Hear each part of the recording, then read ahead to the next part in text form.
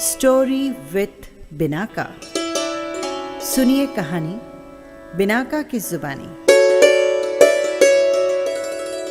तो लीजिए, हाजिर है तीर्थंकर चरित्र। आज हम सुनेंगे प्रथम तीर्थंकर भगवान ऋषभ देव की कहानी।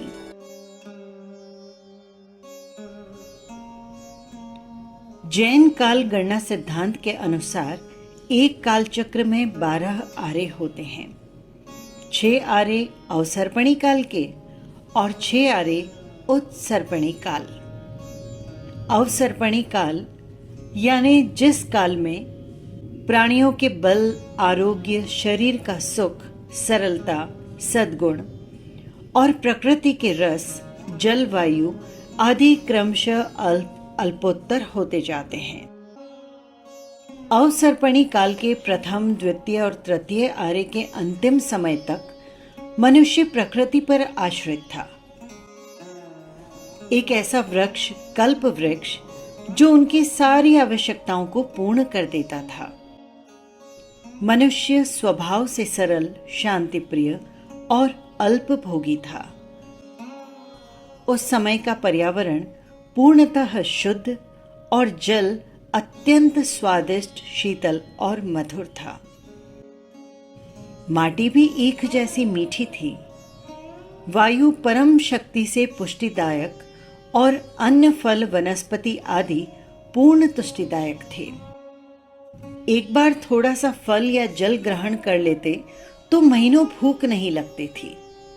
स्वाभाविक है ना, जब भूख और पीड़ा नहीं सताती तो पाप भी कम होता है, कलह भी कम होता है।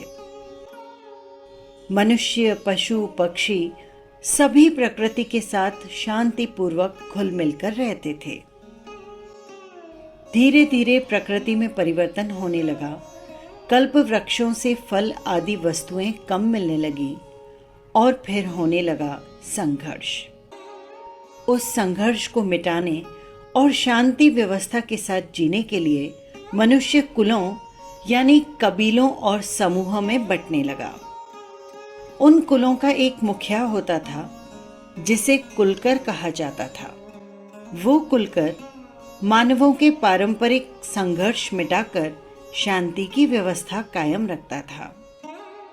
कुलकर व्यवस्था के चलते हुए 7वें कुलकर हुए नाभि राजा और उनकी पत्नी का नाम था मरुदेवा।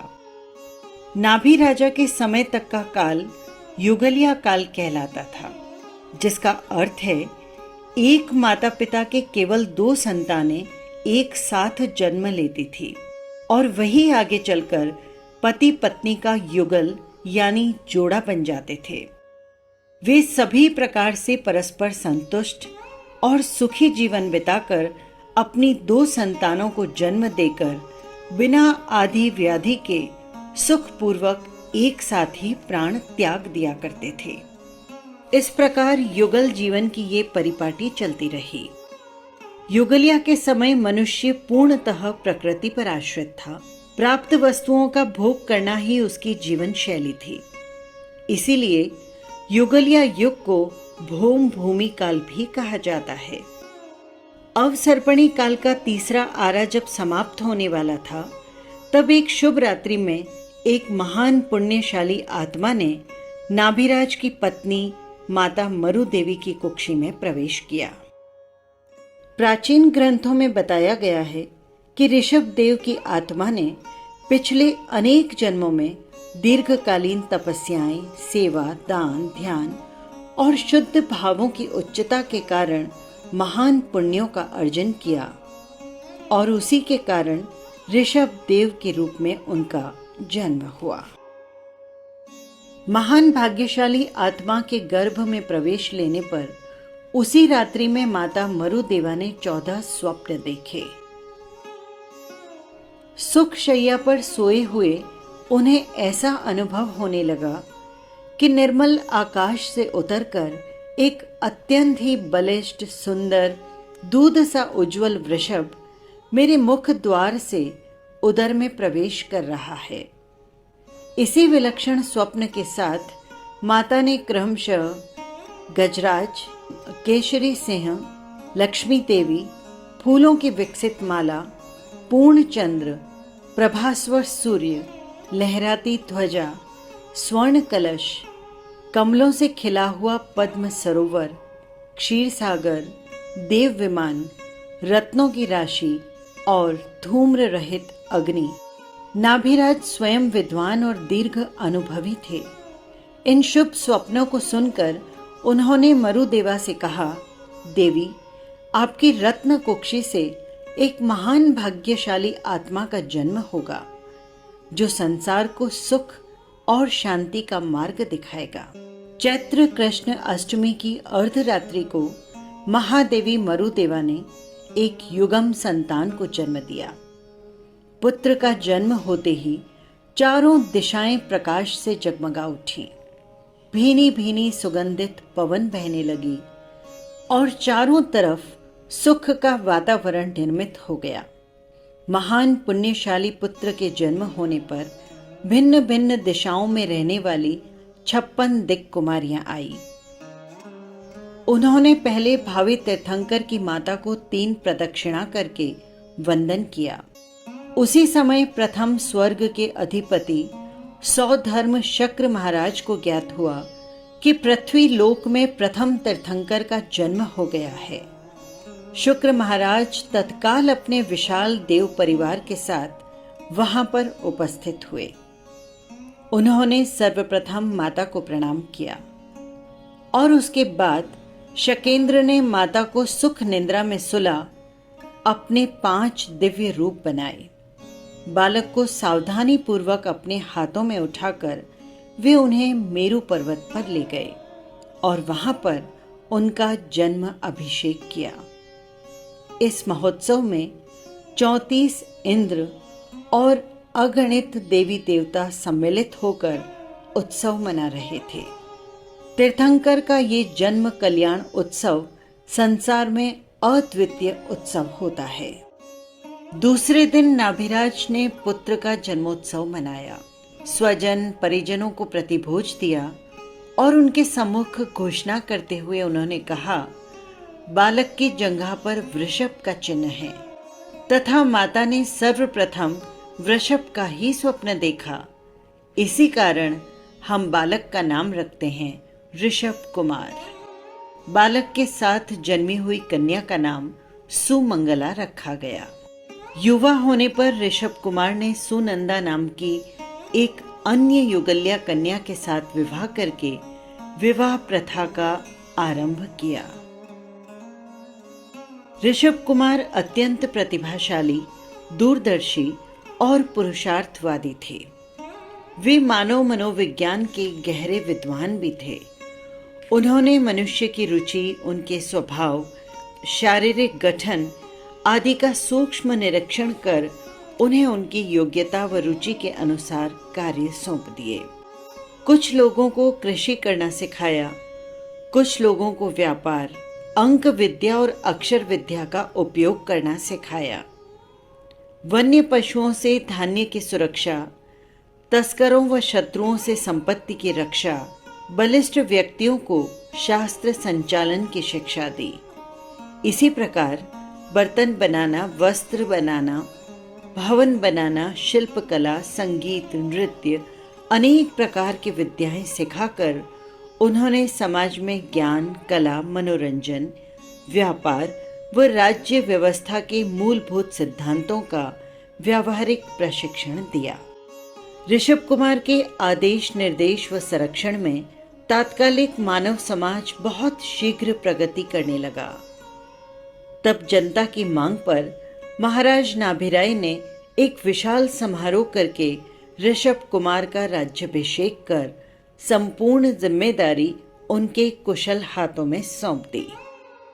बहुत काल तक, लगभग 83 लाख पूर्व तक राज्य संभालने के बाद ऋषभ देव के मन में सांसारिक वस्तुओं के प्रति सहज ही विरक्ति होने लगी।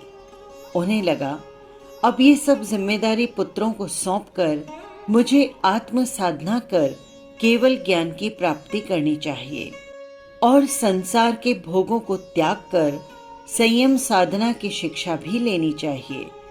क्योंकि जीवन का लक्ष्य भोग नहीं, त्याग है। त्याग से ही मनुष्य को आत्मिक शांति और आनंद की उपलब्धि हो सकती है। ऋषभदेव का चिंतन था, वस्तु के भोग में सुख नहीं, केवल सुख की कल्पना है। सुख तो भोग इच्छा की निवृत्ति में है। 1 वर्ष तक प्रजा को मुक्त हस्त से दान यानी वर्षी दान देकर ऋषभदेव ने चैत्र कृष्णा नवमी के शुभ दिन अशोक वृक्ष के नीचे खड़े होकर स्वयं अपने हाथों से अपना केश लुंचन कर मुनि धर्म ग्रहण किया। सौधर्मपति इंद्र ने प्रभु के केशों को दिव्य वस्त्र में ग्रहण कर उन्हें क्षीर समुद्र में प्रवाहित कर दिया। प्रभु ऋषभदेव जब 5वीं बार मुष्टि से अपने केश लुंचन कर रहे थे, तब इंद्र महाराज ने निवेदन किया, स्वामी, ये चोटी आपके मस्तक और कंधे पर अत्यंत शोभायमान हो रही है, अतः इसे रहने दीजिए। भगवान ने इंद्र की प्रार्थना को स्वीकार कर लिया। इसी केश राशि के कारण ऋषभदेव का नाम केशी केशरियाजी भी प्रसिद्ध हुआ। भगवान ऋषभदेव उस समय के प्रथम मुनि, भिक्षुक या साधु थे। लोग मुनि की आचार मर्यादा से अनभिज्ञ थे। उन्हें कैसी भिक्षा दी जाए ये तो उन्हें पता ही नहीं था। भगवान ऋषभदेव जब भिक्षा के लिए नगर में आते तो लोग उन्हें स्वामी, महाराज आदि के आदर सूचक शब्दों से संबोधन कर स्वर्ण, आभूषण, वस्त्र, फल आदि भेंट करते थे। परंतु ऋषभदेव के लिए ये सब अग्रह था। वे मौन भाव से वापस वन में लौट जाते। इस प्रकार शुद्ध भिक्षा के अभाव में 1 वर्ष से अधिक समय तक निर्जल निराहार तप करते रहे। भगवान ऋषभदेव विहार करते करते एक बार हस्तिनापुर नगर की ओर पधारे। भगवान के आगमन का सुनकर सैकड़ों हजारों लोग उनके दर्शनार्थ उमड़ पड़े।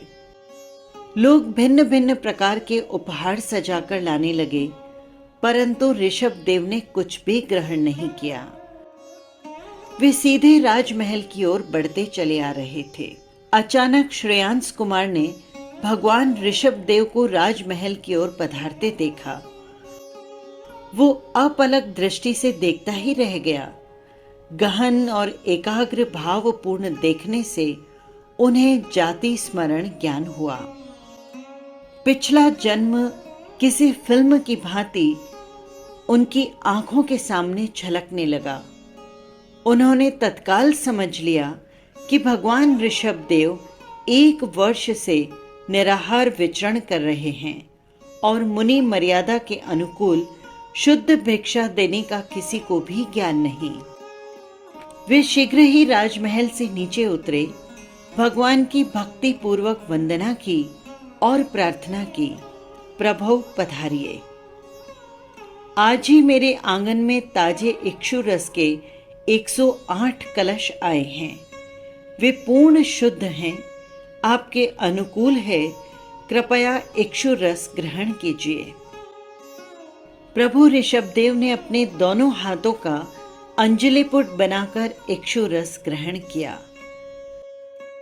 अत्यंत भक्ति भाव पूर्वक श्रेयांस कुमार ने इक्षु रस दान कर भगवान को वर्षी तप यानी 1 वर्ष 40 दिन के लगभग की गई तपस्या का पालना करवाकर महान धर्म लाभ प्राप्त किया।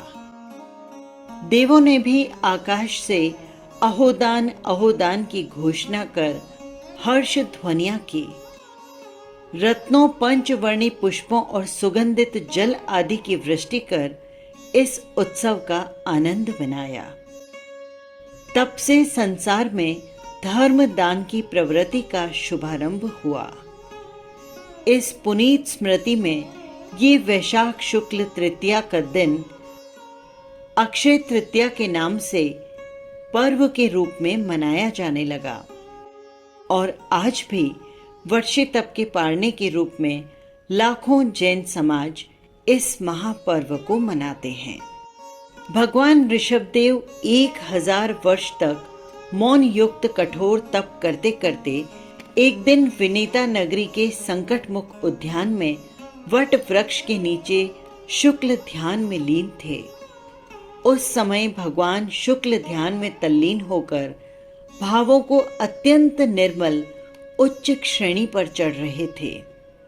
सूक्ष्म ध्यान की गहनता के बल पर उन्होंने मोह कर्म को नष्ट कर दिया और उसके बाद ज्ञानावर्णीय कर्मों का क्षय करके अपनी आत्मा में परम पवित्र ज्ञान लोक को प्राप्त किया।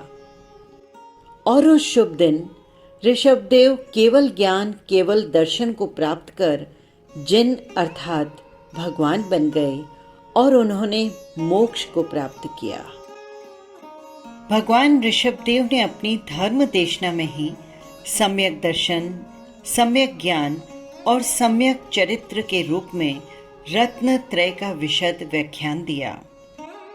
मानव जीवन का महत्व और कर्तव्य बोध पाकर सम्राट भरत ने ज्येष्ठ पुत्र ऋषभदेव आदि 500 पुत्रों व पौत्र आदि हजारों व्यक्तियों ने मुनि दीक्षा ग्रहण की। हजारों व्यक्तियों ने श्रावक धर्म स्वीकार किया। युग की आदि से 4 तीर्थ की स्थापना करके धर्म प्रवर्तन करने के कारण भगवान ऋषभदेव प्रथम तीर्थंकर यानी आदिनाथ कहलाए। ये था पहले तीर्थंकर का चरित्र। दूसरे तीर्थंकर के चरित्र के साथ फिर मिलेंगे। जय जिनेंद्र।